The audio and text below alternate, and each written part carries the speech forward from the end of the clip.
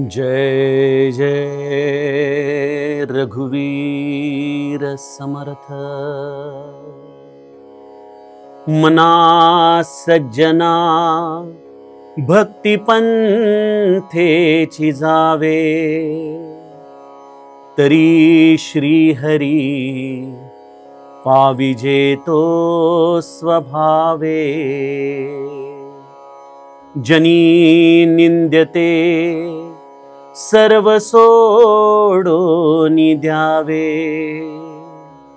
जनी वंद्यते सर्व भावे करावे।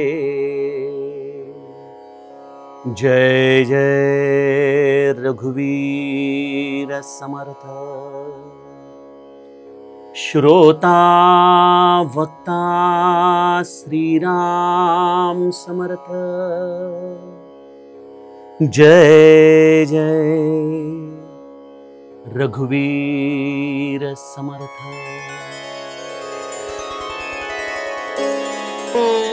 श्रीराम आपल्या सर्वांच्या हृदयस्थ वसणाऱ्या आत्मारामास साष्टांग प्रणिपात करून मनोबोध एक अंतरयात्रा या आपल्या श्री समर्थ रामदास स्वामी विरचित मनाच्या श्लोकांचा जो आपण चिंतनात्मक मागोवा घेत आहोत। सज्जनो, आज आपण यातील दुसऱ्या श्लोकाचं चिंतन करत आहोत। कालच्या श्लोकामध्ये समर्थांनी गणेश रूपी जाणीव आणि शारदा रूपी शक्तीला अभिवादन केलं, नमन केलं। त्यांना प्रार्थना केली की गमू पंथ अनंत या राघवाचा। आपण दोघांनी आम्हाला आशीर्वाद द्यावा की आम्ही निरंतर या राघवाचा पथ, हा अनंत कोटी जो हा परब्रह्म रूपी असलेला राघव आहे, त्याच्या शोधासाठी आम्ही आयुष्यभर प्रयत्नशील राहूत, असा आशीर्वाद या प्रथम श्लोकामध्ये समर्थांनी मागितला। आज या दुसऱ्या श्लोकाचा आपण सर्वप्रथम सरळ अर्थ बघूयात। काय म्हणतायत समर्थ?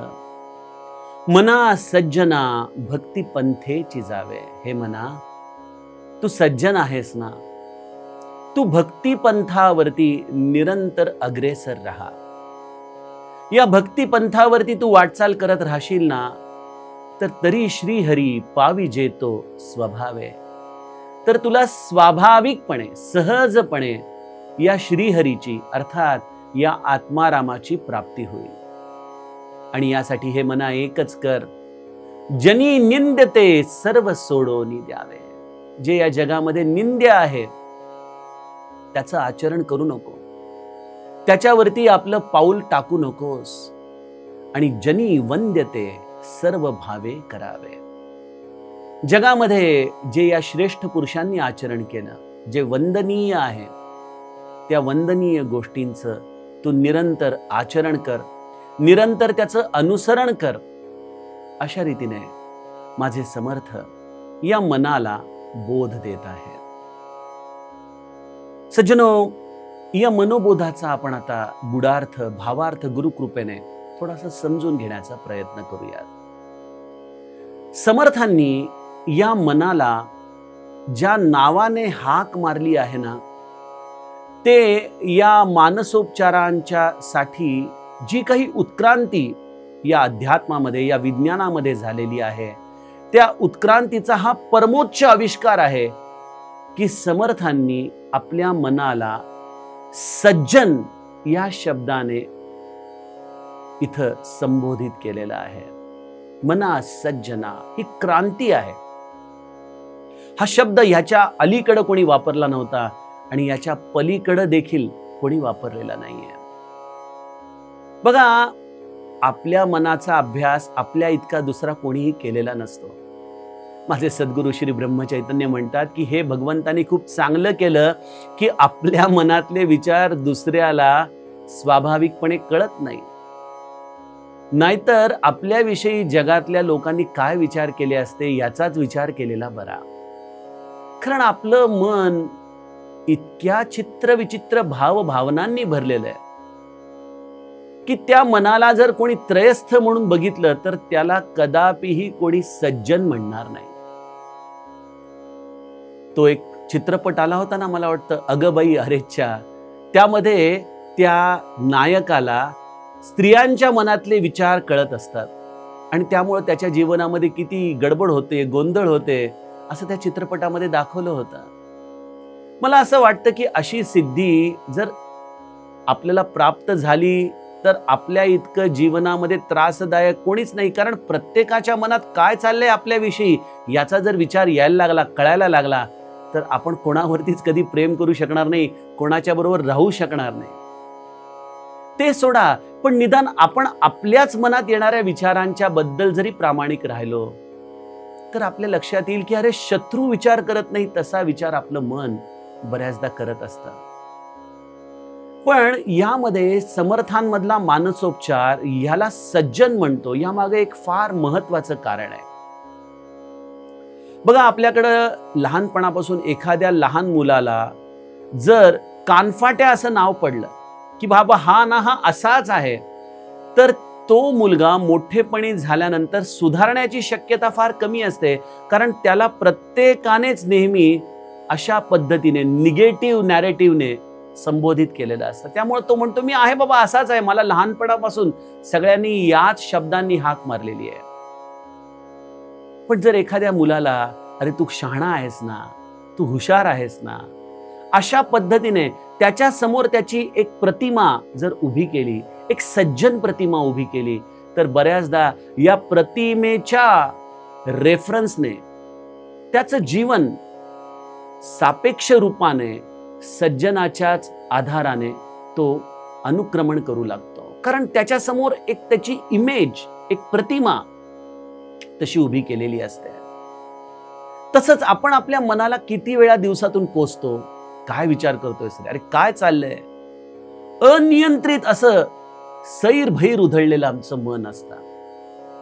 या मनाला कितीही नियंत्रणामध्ये आणायचा प्रयत्न केला, मग त्याला रागवून करायचा प्रयत्न करा, थोपवून करायचा प्रयत्न करा, कसंही केलं तरी हे मन काही केले आपल्या नियंत्रणात येत नाही. भगवद्गीतेमध्ये प्रत्यक्ष अर्जुनाने देखील भगवंताला हाच प्रश्न केला की अरे बाबा, या मनाला सांभाळणं फार अवघड आहे. 2 हाताने वायूला जसं अडवण्याचा प्रयत्न करणं व्यर्थ आहे, तसं हे मन आहे रे भगवंता, या मनाला कसं सांभाळू मी? यावरती भगवंताने फार सुंदर उत्तर दिले की अभ्यास कर, अभ्यासेन तु कौंतेय, अभ्यास कर. मनाला नियंत्रित करण्याचा अभ्यास, याचंच नाव परमार्थ आहे, याचंच नाव नामस्मरण आहे. आणि या मनाला नियंत्रित करण्याची कला आणण्यासाठी सर्वप्रथम या मनाशी आपण संवाद साधायला हवा. कारण जिथं सुसंवाद आहे तिथंच कदाचित सुधारणा घडण्याची प्रक्रिया चालू होते. विसंवाद हा कधीच कोणाच्याच जीवनामध्ये कुठल्याही प्रकाराने विकास घडवून आणत नाही. अगदीच लौकिक अर्थाने सांगायला जावं तर एखादं युद्ध हे कधीच शांततेच्या भूमिकेसाठी आजपर्यंत उपयोगी ठरू शकलेलं नाहीये. परंतु कदाचित एखादा बाका प्रसंग लौकिकातला सुसंवादाने, विचाराने, सामंजस्याने सुटून त्यामध्ये कदाचित होणारा मोठा विनाश टाळता आलेला आहे. आज या मनाच्या असलेल्या त्रासाने होणाऱ्या आत्महत्या, होणारं हे ड्रग्ज, अल्कोहोलचं ॲडिक्शन, या मनाच्या मागं धावत गेल्यामुळे होणारी अधोगती, हा देखील एक प्रकारे या मनाला निरंतर आपण कानफाट्या म्हटल्यामुळं या मनाने देखील स्वतःला याच प्रतिमेमध्ये घेरून घेतलंय आणि तो आम्हाला या मनाच्या आधाराने आमच्या दुर्गतीचं कारण ठरतोय. समर्थांनी हा प्रवाह बदलण्याचा एक खूप मोठा क्रांतिकारक प्रयत्न केला आणि सांगितलं की मना, अरे तू सज्जन आहेस, तू चांगलाच आहेस. आणि हे केवळ भावविश्व नाहीये, कारण विभूती योगामध्ये भगवंताने या मनाला स्वतःचं स्वरूप सांगितलेलं आहे. मीच मन आहे, इंद्रियांमध्ये ते माझं स्वरूप आहे. मग या मनामध्ये जर भगवंत वास करतो तर हे मन सज्जनच आहे मूळ रूपाने.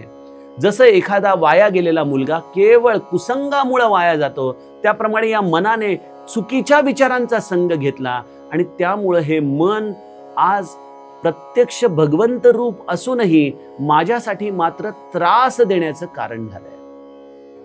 आज या मनामध्ये तो आनंद स्वरूप ईश्वर असूनही त्यावरती असलेला हा वेगवेगळ्या प्रकारच्या गुणांचा एक मोठा जथ्था हा माझ्या आतमध्ये दडलेल्या त्या ईश्वरापर्यंत जाण्यासाठी एक खूप मोठा मला अडथळा ठरतोय. त्यामुळे मन हे स्वाभाविकपणे सज्जनच आहे.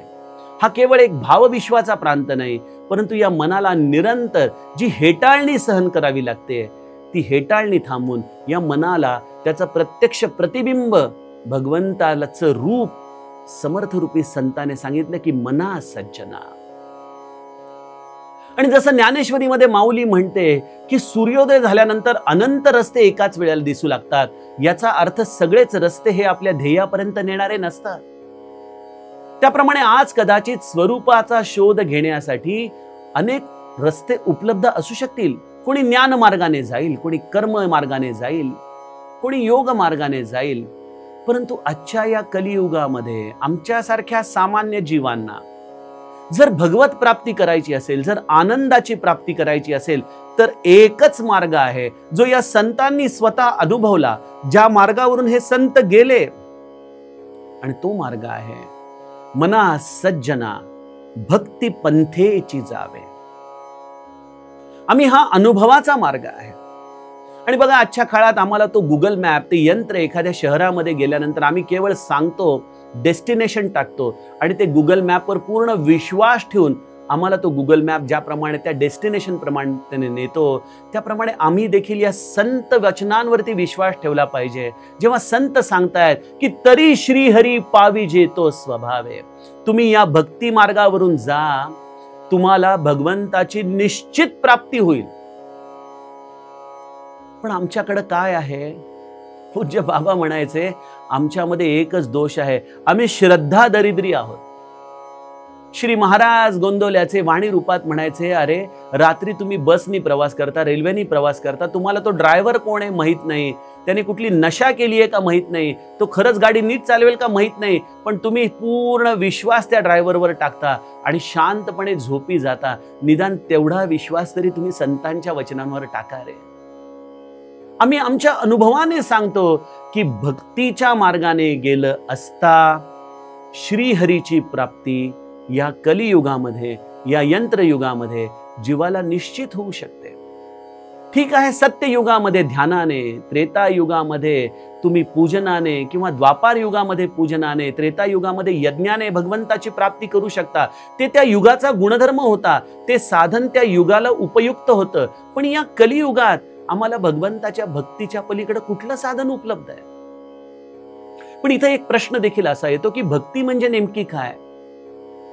आत्ताच नुकताच गणेशोत्सव झाला. आपण बघतो की मोठ्या मोठ्या आवाजामध्ये गाणी लावून त्याच्यावरती नाचणं आणि गणेशोत्सव साजरा करणं हे देखील भक्तीचंच रूप, आज एक विकृत रूप आपल्याला बघायला मिळतं. मी त्याची निर्भत्सना करत नाही, पण भक्ती या शब्दाची नेमकी व्याख्या काय याचा देखील आम्हाला विचार करायला पाहिजे. काही लोक म्हणतात की मंदिरामध्ये जाणं, एखाद्या ठराविक दिवशी उपवास करणं, दररोज टिळा लावणं, एखाद्या भगवंताचा दिलेला दोरा गंडा म्हणून गळ्यामध्ये घालणं, हाताला बांधणं म्हणजे भक्ती. भक्तीची नेमकी व्याख्या काय? मी या सगळ्या गोष्टींचा अंतर्भाव भक्तीमध्ये करतो. परंतु जसं एखाद्या सौभाग्यवतीने सगळे अलंकार घातले, पण जर नेमकं कपाळावरती सौभाग्याचं कुंकूच लावलं नाही, तर ते सगळे अलंकार जसे व्यर्थ आहेत, तसं भक्तीमध्ये तुम्ही मंदिरात जा, प्रसाद घ्या, तुम्ही उपवास करा, तुम्ही व्रत वैकल्य करा, तुम्ही देवाच्या नावाने एखादा दोरा बांधा, एखादा नवस करा, एखादा सार्वजनिक उपक्रम देवाचा अत्यंत आनंदाने करा. या सगळ्या गोष्टी भक्तीमध्ये आहेत. तुम्हाला स्वतंत्रता आहे. परंतु जर त्या भक्तीचा प्राण असलेला सौभाग्याचा टिळा जर तुम्ही प्राप्त केला नाही, तर हे सगळं एक प्रकारे यंत्रवत चाललेली कृती आहे. आणि तो टिळा काय आहे? भक्ती याचा अर्थ आहे भगवंतावरती निरतिशय प्रेम, आत्यंतिक भगवंतावरती प्रेम करणं. हा या भक्तीचा प्राण आहे. आणि मग लेकरावरती आई प्रेम व्यक्त करण्याची जशी वेगवेगळी साधनं असू शकतात. कधी त्याच्या आवडीचा पदार्थ करेल, कधी त्याच्या आवडीचे कपडे आणेल, कधी त्याच्या स्मरणामध्ये तिचे डोळे अचानक भरून येतील, कधी त्याच्या नावाला वेगवेगळ्या प्रकाराने ती उच्चारण करेल. हे जसं आई आपल्या लेकरावर असलेल्या प्रेमाच्या आविष्कारातून करते, त्याप्रमाणे सज्जनो, भक्तीमध्ये भगवंताचं निरंतर स्मरण, प्रेम हे आमच्या हृदयामध्ये जतन करणं, याचं नाव भक्ती मार्ग आहे. आणि मग त्याचे हे वेगवेगळे आविष्कार आहेत की कधी ग्रंथ वाचा, कधी हातामध्ये जपाची माळ घेऊन बसा, कधी मंदिरात जा, कधी उपवास करा, कधी कुठलं व्रत वैकल्य करा. तुम्हाला ज्या पद्धतीने त्या भगवंतावरती प्रेम व्यक्त करता येईल ते सगळं करणं हे या भक्ती मार्गाचे वेगवेगळे आविष्कार आहेत. परंतु जसं आई ही सगळी साधना करताना मूळतः तिच्या हृदयाशी आहे एक अव्यक्त, एक निरतिशय, एक निष्काम प्रेम, तसं त्या भगवंतावरती प्रेम करण्याची भावना म्हणजे भक्ती मार्ग आहे. मग आपण म्हणाल की प्रेम आल्यानंतर साधन करायचं का साधना करून करून प्रेम करायचं? तर सज्जनो, याचं दुसरंच उत्तर बरोबर आहे. श्री ब्रह्मचैतन्य महाराज म्हणतात की ताकामध्येच, दह्यामध्येच लोणी सामावलेलं आहे. आपण त्याला जितकं घुसळत जाऊ त्याप्रमाणे त्याच्या आतूनच जसं ते लोणी वरती येतं, त्याप्रमाणे भगवंताच्या नामामध्ये, त्याच्या केलेल्या उपासनांमध्ये, ग्रंथ वाचनांमध्येच त्याचं प्रेम सामावलेलं आहे. तुम्ही त्याला जितकं आपल्या हृदयाशी धराल तो जितका तुम्हाला आपलासा वाटेल आणि हे साधनेनीच वाटू शकेल. त्या साधनांमध्ये जितका जितका तुमचा नित्यक्रम वाढेल, जितकी जितकी उत्कटता वाढेल, तसं तसं हृदयामध्ये असलेलं हे नवनीत रूपी प्रेम तुमच्या हृदयामध्येच वरती येऊ शकेल. त्यामुळे निरतिशय प्रेम हा या भक्ती मार्गाचा प्राण आहे. आणि हे निरतिशय प्रेम करण्यासाठी दोन गोष्टी करा. जनी निंदते सर्व सोडोनी द्यावे, जनी वंद्यते सर्व भावे करावे. जगामध्ये जे श्रेष्ठांनी आपल्याला सांगितलेलं आहे की मनुष्य जन्मामध्ये आल्यानंतर नीती धर्माचं आचरण करा, मूल्यांच्या आधाराने जीवन जगा, परनिंदा, परस्त्री, परद्रव्य याची अभिलाषा धरू नका, कुठल्याही प्रकारचं व्यसन करू नका. या सगळ्या गोष्टी आम्हाला आचरणाच्या आधाराने संतांनी सांगितल्या, स्वतः आचरण करून दाखवल्या. त्यामुळे जनी निंद्यते सर्व सोडून द्यावे. जे संतांनी आम्हाला आचरण रूपाने सांगितलं की हे सोडून द्या, त्या गोष्टींचा स्वाभाविकपणे त्याग करणं. आणि ज्या गोष्टी संतांनी आचरून दाखवल्या, काय आचरून दाखवलं? बघा, आपल्याकडे धर्मग्रंथ आहेत, परंतु ते धर्मग्रंथ वाचायला वेळ नाही आणि वाचले तर कळत नाहीत. मग अशा वेळेला काय करावं? संतांची चरित्र आपण बघावीत. कारण संत हे कधीही धर्मबाह्य आचरण करत नाहीत. ते जे करतात ते धर्मांचं सार असतं. अशा धर्माच्या साराचं आचरण त्यांनी केलंय. त्यामुळे संत चरित्राचं चिंतन, वाचन, मनन हे स्वाभाविकपणे आम्हाला जनी वंद्यते सर्व भावे करावे या गोष्टीचा बोध देऊ शकतो. आता काय आहे, आजचा काळ जगाच्याकडे आपण सन्मुख होऊन जग कशाला चांगलं म्हणते ते आचरण करा आणि जग कशाला वाईट म्हणते ते सोडून द्या, या पद्धतीने करायला गेलो तर आपली फसगत होऊ शकेल हो. बघा, समर्थांच्या काळापासून आता या 400 वर्षाच्या कालावधीमध्ये या जगाच्या नीती मूल्यांची देखील धारणा किती घसरत चाललेली आहे. ज्या विवाह संस्थेला त्याचं पावित्र्य आपल्या धर्माने जतन केलं, त्या विवाहाला आज आम्ही लिव्हिंग रिलेशनशिप पर्यंत आणून ठेवलं. जिथं स्त्री पुरुषांचा हा संबंध, ही कुटुंब व्यवस्था ही एक अत्यंत संस्कारित अशी कुटुंब व्यवस्था मानली जात होती, तिथं आजच्या काळामध्ये वेगवेगळ्या प्रकारच्या सेक्सचं एकत्रित राहणं देखील समाजाने स्वीकारलंय.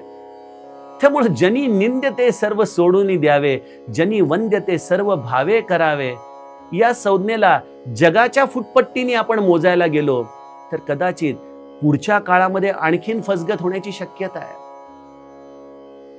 मग यासाठी संतांचं जीवन, संतांचं आचरण हाच एकमेव मोजमाप करण्याचं आपण शास्त्र जीवनामध्ये धरावं. परंतु आजचा तरुण म्हणेल, अहो समर्थांना जाऊन 400 वर्षे झाले, त्यांच्या वेळेचा काळ काय, त्यांच्या वेळची विचार भूमिका काय, आम्ही त्यांच्या विचार भूमिकेप्रमाणे आज कसं जीवन आचरू?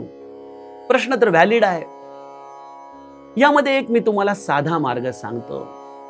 भक्ती याचा अर्थ प्रेम आहे, प्रेम याचा अर्थ निरंतर त्याचं स्मरण आहे. अशी कुठलीही कृती, जी कृती करताना तुम्हाला भगवंताला सन्मुख ठेवून ती कृती करताना लाज वाटेल, त्या कृतीला तुम्ही सोडून द्या. आणि अशी कुठलीही कृती जी करताना तुमचा आराध्य, तुमचा ईश्वर तुमच्यापासून दुरावणार नाही, तो प्रेमभावाने त्या कृतीचा आस्वाद घेईल, ती कृती तुम्ही जीवनामध्ये सहज आचरण करा. त्याचं निरंतर स्मरण करून त्याच्यापासून दूर जाणाऱ्या सगळ्या कृतींचा निषेध करणं आणि त्याला सन्मुख राहणाऱ्या कृतींचं आचरण करणं, हाच मला वाटतं येणाऱ्या काळामध्ये देखील सत्सद विवेक बुद्धीने जीवन जगणाऱ्या जीवांसाठी आचरणाचा राजमार्ग ठरेल. असा हा संतांनी आम्हाला भक्तीचा मार्ग या श्लोकामध्ये सांगितला. सज्जनो, तिसऱ्या श्लोकाचं चिंतन आपण उद्याच्या विभागामध्ये करूया. जानकी जीवन स्मरण. जय जय राम.